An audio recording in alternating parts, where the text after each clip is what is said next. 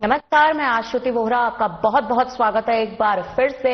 शुरुआत करते हैं बुलेटिन का तमाम बड़ी खबरों के साथ। रांची में मुख्यमंत्री आवासीय कार्यालय में मुख्यमंत्री हेमंत सोरेन ने तेलंगाना के उप मुख्यमंत्री मल्लू भट्टी विक्रमार्क से मुलाकात की। तेलंगाना उप मुख्यमंत्री ने सीएम हेमंत सोरेन को 8 दिसंबर को हैदराबाद में होने वाले तेलंगाना राइजिंग ग्लोबल समिट में शामिल होने के लिए आमंत्रण दिया।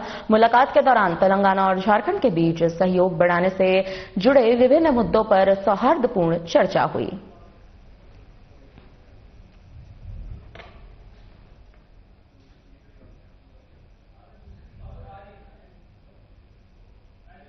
आपको बता दें, सीएम सोरेन और तेलंगाना डिप्टी सीएम की यहां पर मुलाकात हुई है। आप तस्वीरों में देख सकते हैं, वीडियोस में देख सकते हैं किस तरह से मुख्यमंत्री आवासीय कार्यालय में ये अहम मुलाकात हुई। तेलंगाना राइजिंग ग्लोबल समिट का निमंत्रण यहां पर दिया गया है। बताते चले, रांची में मुख्यमंत्री आवासीय कार्यालय में मुख्यमंत्री हेमंत सोरेन ने तेलंगाना के उप मुख्यमंत्री से मुलाकात की।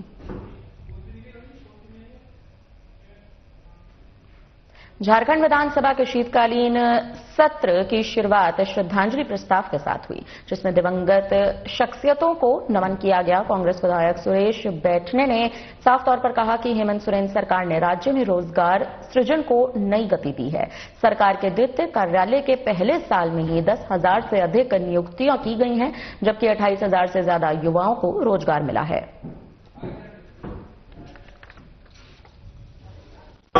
संवेदना व्यक्त की गई महान हस्तियों के बारे में, चाहे उद्योगपति हो, चाहे सिनेमा जगत के लोग रहे हैं, चाहे राजनीतिक व्यक्ति हो, सामाजिक व्यक्ति, उन सारे व्यक्तियों के प्रति संवेदना व्यक्त की गई है।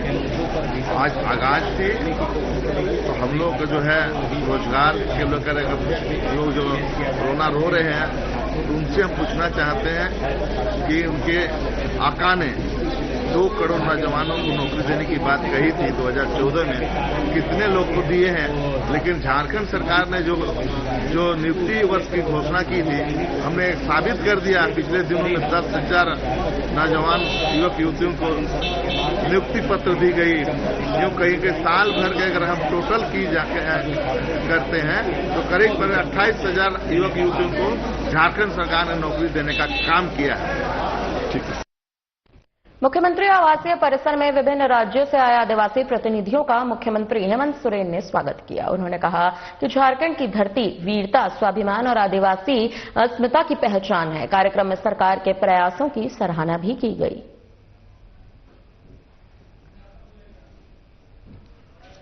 सीएम आवासीय परिसर में आदिवासी प्रतिनिधि सीएम सोरेन ने आदिवासी प्रतिनिधियों का किया स्वागत।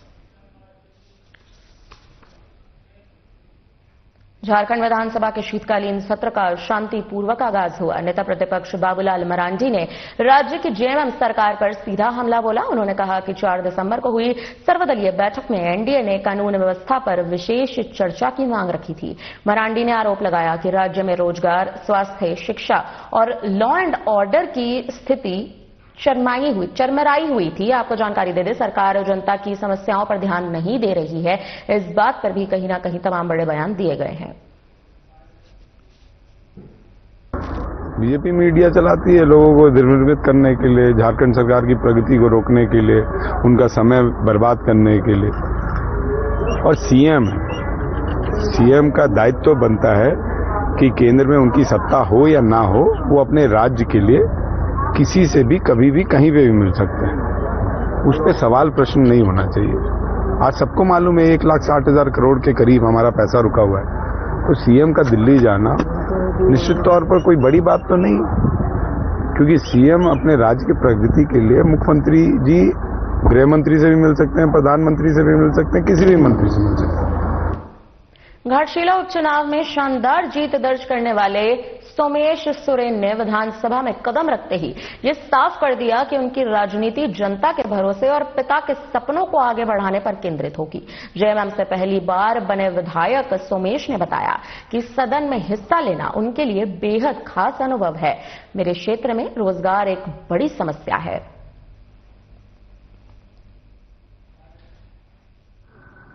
ये सदन का पहला फर्स्ट डे है और फर्स्ट डे का एक्सपीरियंस बहुत बढ़िया रहा जी। सदन में गुरु स्वर्गीय सोरेन और स्वर्गीय बाबा का ये आशीर्वाद से और जनता का आशीर्वाद से आज हम यहाँ पहुँचे हैं, उसको तो धन्यवाद करना चाहूँगा। और ये पहला डेक एक्सपीरियंस बहुत बढ़िया रहा। हम आशा करते कि आगे भी बढ़िया रहे, ताकि जितने भी हमारे घाटशिला विधानसभा का जनता और घाटशिला का जितना समस्या हो, हम बेहतर से बेहतर तरीके से रख सकें, ताकि हम इस विधानसभा का भविष्य उज्जवल कर सके। धन्यवाद। अच्छा, घाटशिला में कई वर्ष आप बिताए, कोई ऐसा 4 विषय जो ज्वलंत विषय हो जो आप चाह रहे हैं कि शीतकालीन सत्र चल रहा है, उन विषयों को विधानसभा के पटल पर रखा जाए, मूलभूत समस्या हो आपका विधानसभा क्षेत्र का? सबसे पहले तो रोजगार, क्योंकि रोजगार जितने माइंस हैं सब बंद पड़े। झारखंड राज्य इस साल अपनी स्थापना के 25 साल पूरे कर रहा है, लेकिन राज्य में विस्थापना, पलायन और रोजगार जैसी समस्याएं अब भी चुनौती बनी हुई हैं। इसी मुद्दे पर कांग्रेस विधायक श्वेता सिंह ने कहा कि यह सच है कि राज्य में 40% खनिज संपदा मौजूद है। मुख्यमंत्री मैया समान योजना के माध्यम से सरकार आम जनता तक सीधी सहायता पहुंचाने का प्रयास कर रही है।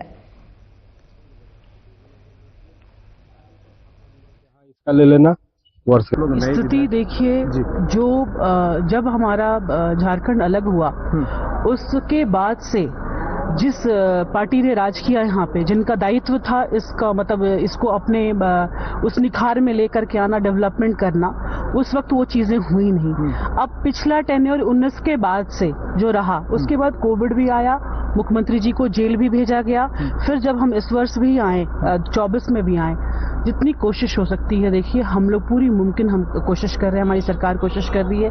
1 साल का भी अगर टेन्योर आप बात करेंगे, मुद्दे आपने बहुत अच्छे उठाए, खनिज संबंधित हमारा राज्य है, यहाँ की इतनी संपदा है, उसके बावजूद हम लोग क्या डेवलपमेंट है हमारा। मांडर के तिग्गा कॉम्प्लेक्स में एआईएमआईएम के बैनर तले विशाल कार्यकर्ता सम्मेलन आयोजित किया गया। जिलाध्यक्ष अरशद अयूब ने कार्यक्रम की अध्यक्षता की, जहां उन्होंने कहा कि मुस्लिम समाज लंबे समय से सेक्युलर राजनीति के बोझ तले दबा हुआ है और अब समय आ चुका है कि अपने राजनीतिक अधिकारों के प्रति सजग होकर मजबूत विकल्प खड़ा करे। उन्होंने आरोप लगाया कि कुछ राजनीतिक दल मुसलमानों को केवल वोट बैंक के रूप में देखते हैं, लेकिन एआईएमआईएम हमेशा जनहित और सामाजिक न्याय के मुद्दों पर काम करता आया है। आपको बता दें कि एआईएमआईएम के बैनर तले कार्यकर्ता सम्मेलन यहां पर आयोजित हुआ। मांडर के तिग्गा कॉम्प्लेक्स में एआईएमआईएम के बैनर तले विशाल कार्यकर्ता सम्मेलन आयोजित किया गया। आपको बताते चले, मुस्लिम समाज को जोड़ने की अपील यहां पर की गई है। नए पदाधिकारियों का चयन किया गया। बताते चले, मांडर के तिग्गा कॉम्प्लेक्स में एआईएमआईएम के बैनर तले विशाल कार्यकर्ता सम्मेलन आयोजित हुआ है। जिलाध्यक्ष अरशद अयूब ने इस कार्यक्रम की अध्यक्षता की है। उनका कहना है कि मुस्लिम समाज लंबे समय से सेकुलर राजनीति के बोझ तले दब रहा है। समय है कि राजनीतिक अधिकारों के प्रति सजग हुआ जाए। मांडर प्रखंड के आईएचएम रांची परिसर में सभागार सह कार्यकारी विकास केंद्र एवं बालिका छात्रावास विस्तारीकरण योजना का शिलान्यास किया गया। ये योजना पर्यटन विभाग के फंड से क्रियान्वित की जा रही है। शिलान्यास कार्यक्रम में राज्य की कृषि, पशुपालन एवं सहकारिता मंत्री शिल्पी नेहा तिर्की मुख्य अतिथि के रूप में उपस्थित रहीं। आज के जो मुद्दा, आज का जो कार्यक्रम था, इस कार्यक्रम के बारे में आप क्या जानते हैं? वही हम बोल रहे हैं। आईएचएम ब्राम्बे हमारे झारखंड के लिए एक प्राइड है और मेरा यह मानना है कि ऐसे संस्थानों को और सहयोग और समर्थन की आवश्यकता है, जो यहाँ के बच्चों को नेशनल लेवल पर रोजगार हासिल करने में बड़ी मदद करता है। और मैं मानता हूं कि हम लोगों के सामूहिक प्रयास से झारखंड के बच्चे हॉस्पिटैलिटी सेक्टर में भी बहुत बेहतर परफॉर्म करेंगे। और रह गया चुनाव और चुनाव से संबंधित विषय, संवैधानिक प्रक्रियाओं के तहत होने वाली चीजें अपनी तरीके से चलेंगी। इस देश में लोकतंत्र है और लोकतंत्र में जनता ही जनार्दन है और जनता जनार्दन का जो जनादेश है वो सबको शिरोधार्य है। खबर कोडरमा से सामने आ रही है। कोडरमा के झुमरी तिलैया में Jharkhand education and culture development society में 3 दिवसीय अंतर्राज्यीय सांस्कृतिक एवं खेलकूद प्रतियोगिता कार्यक्रम का आयोजन हुआ, जिसमें झारखंड स्टेट बार काउंसिल के उपाध्यक्ष राजेश शुक्ला मुख्य अतिथि के रूप में शामिल हुए। इस दौरान मैराथन दौड़, कैरम प्रतियोगिता, लंबी कूद, ऊंची कूद सहित 10 प्रकार के खेल का आयोजन किया गया। बेहतर प्रदर्शन करने वाले छात्रों को सम्मानित भी किया गया। आपको बता दें, कोडरमा के झुमरी तिलैया से यह बड़ी खबर है कि Jharkhand education and culture development society में 3 दिवसीय अंतर्राज्यीय सांस्कृतिक एवं खेलकूद प्रतियोगिता का कार्यक्रम यहां आयोजन हुआ है। स्टेट बार काउंसिल के उपाध्यक्ष शामिल हुए। मैराथन दौड़, लंबी कूद, ऊंची कूद जैसे तमाम खेलों का यहां पर आयोजन किया गया। बेहतर प्रदर्शन करने वाले छात्रों को सम्मानित भी किया गया है। खबर कोडरमा से है। कोडरमा के झुमरी तिलैया में Jharkhand education and culture development society में ये 3 दिवसीय अंतर्राज्यीय खेल प्रतियोगिता का कार्यक्रम आयोजित हुआ है।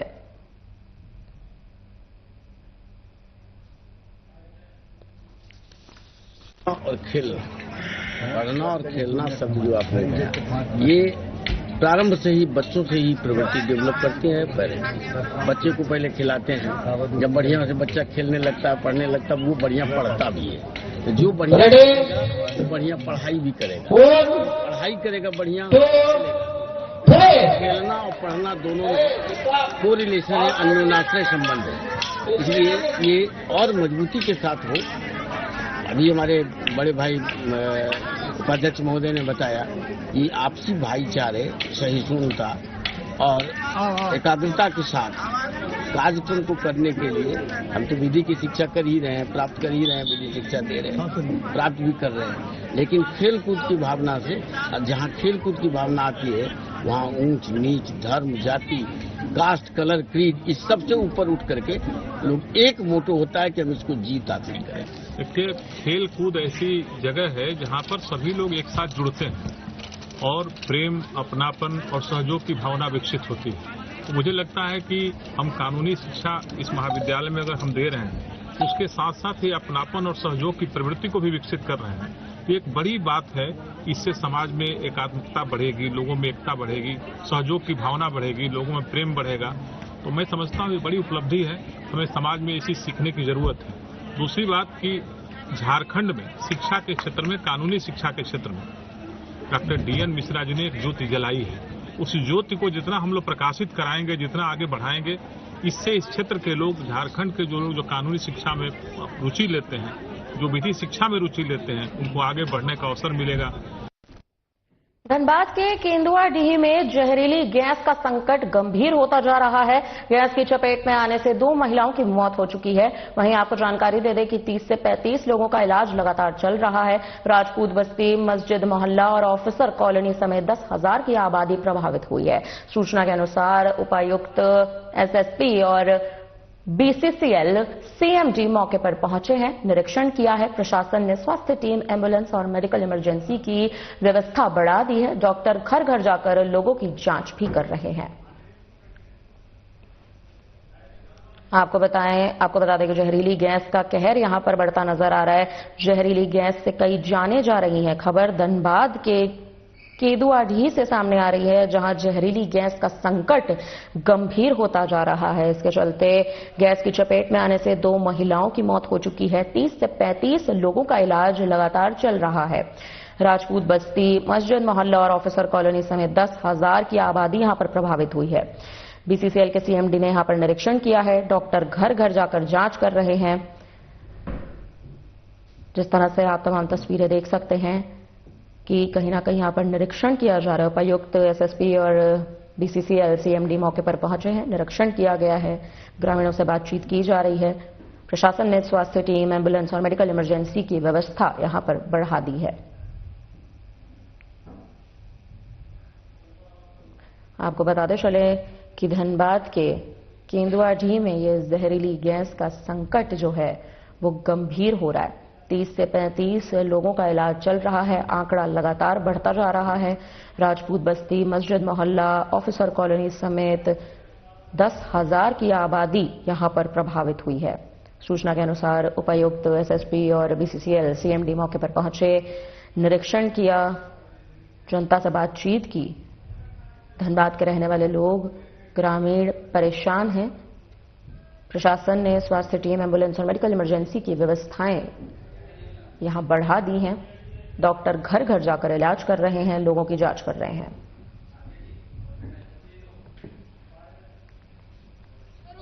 सारी बातें हो चुकी हैं और जो भी गैस रिसाव हो रहा है उसमें हमने साइंटिफिक एजेंसीज को, जैसे ISM, IIT हुआ, सिम्फर हुआ, और स्थल के बारे में CMPDI का भी सहयोग ले रहे हैं।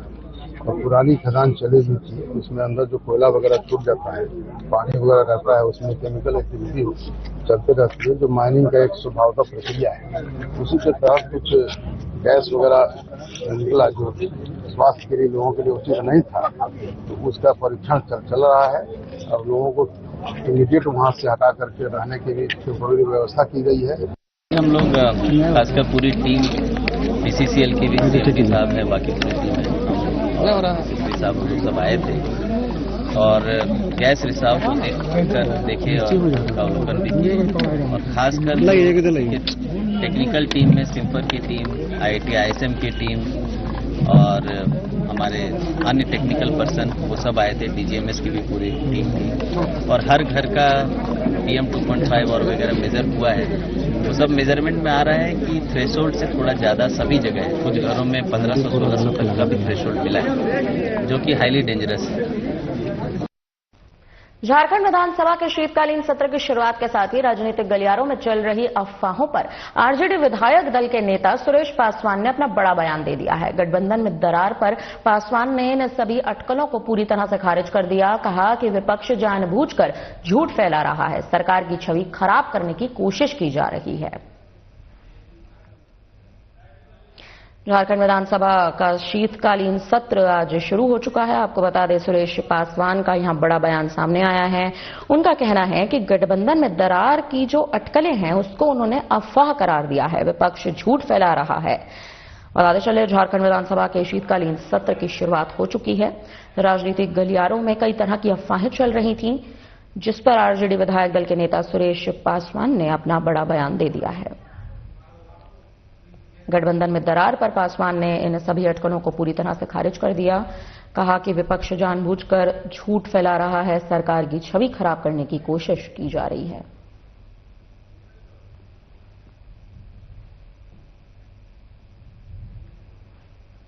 बताते चले, झारखंड विधानसभा का शीतकालीन सत्र यहां शुरू हो गया है। देखिए, इस तरह का कहीं कोई दूर दूर तक कोई बात नहीं है। बोलने का जब किसी के पास कोई मुद्दा नहीं रहता तो कुछ न कुछ बात को लेके लोग बोलते हैं, इसलिए कहीं कोई बात नहीं है। सरकार जो है मजबूती के साथ चल रही है और चट्टानी एकता के साथ पूरे इंडिया गठबंधन के सभी साथी मजबूती के साथ जो है माननीय मुख्यमंत्री हेमंत सोरेन जी के साथ में हैं। इसलिए जो भी गलियारे में बात आ रही है वो कहीं कोई सत्य नहीं है, सारा झूठ बात है, वो हवाबाजी वाला बात है, लोगों को दिग्भ्रमित करने वाला बात है। इसलिए कहीं कोई बात नहीं है। हेमंत सोरेन मजबूती के साथ सरकार चलाएंगे और कार्यकाल को पूरा करेंगे और परमानेंट रहेंगे। धन्यवाद। धनबाद के धैया रानी बांध स्थित सरस्वती टांड सरकारी भूमि पर दुकान लगाने वाले फुटपाथ दुकानदारों पर धनबाद के अंचल अधिकारी राम प्रवेश के साथ मारपीट करने के गंभीर आरोप लगाए गए हैं। दुकानदारों के अनुसार बिना किसी सूचना या नोटिस के सीओ अचानक स्थल पर पहुंचे, दुकान हटाने के निर्देश दिए गए। दुकानदारों ने यह भी बताया कि जब उन्होंने नगर निगम से अनुमति कार्ड मांगा तो सीओ ने कथित रूप से गाली गलौज करना शुरू कर दिया, हाथापाई करनी शुरू कर दी, जिससे क्षेत्र के सभी दुकानदार गुस्से में आ गए। दुकानदारों ने उपायुक्त से मिलकर मामले की शिकायत दर्ज कराने की बात कही है। न्याय की मांग भी यहां पर उठ रही है।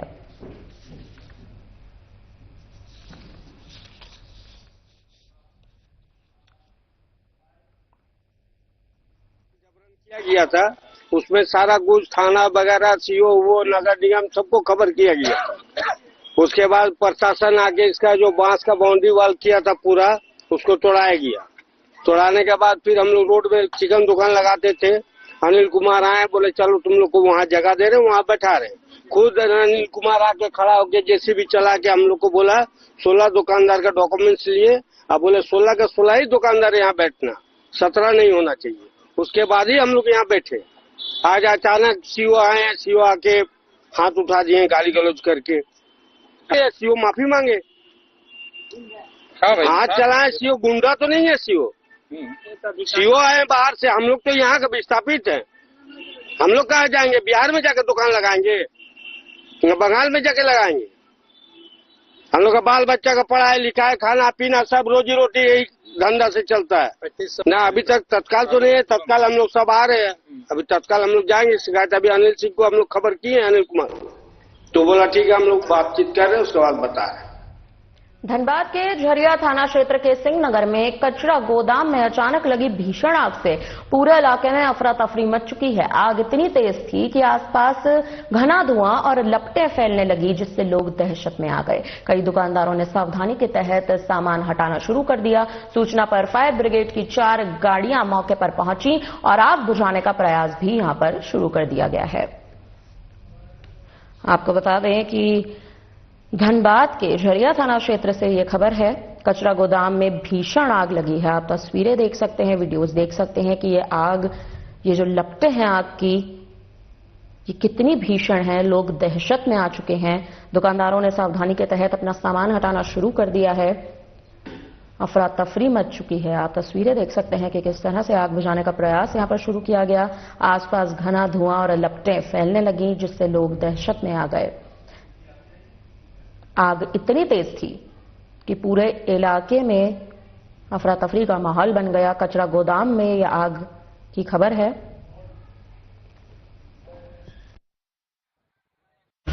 क्या हुआ? आग लग गया, अब किस तरह लगा ये जानकारी नहीं है।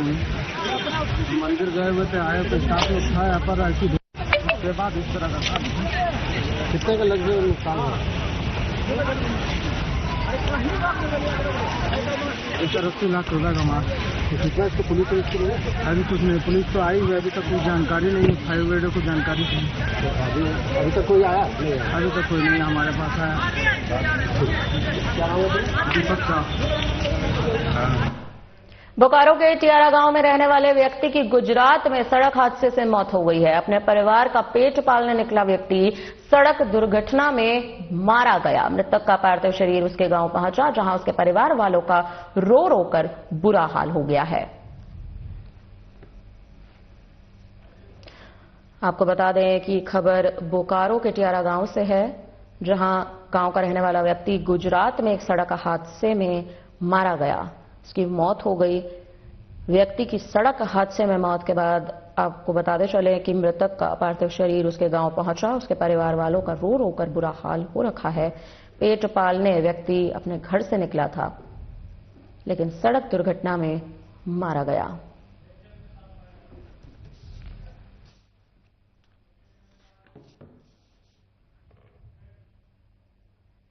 फिलहाल खबरों में इतना ही। अब बढ़ते हैं सुर्खियों की ओर। सीएम हेमंत सोरेन ने तेलंगाना डिप्टी सीएम से की मुलाकात। हैदराबाद में होने वाले राइजिंग ग्लोबल समिट का दिया निमंत्रण।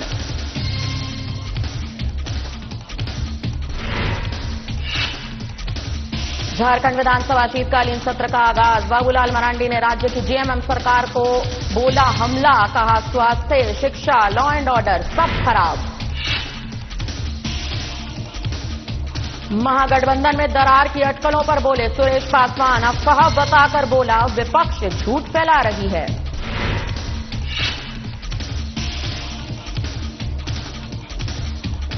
राज्य स्थापना के 25 साल पूरे होने पर रोजगार का उठा मुद्दा। कांग्रेस विधायक बोली पलायन रोजगार अभी भी बड़ी चुनौती है।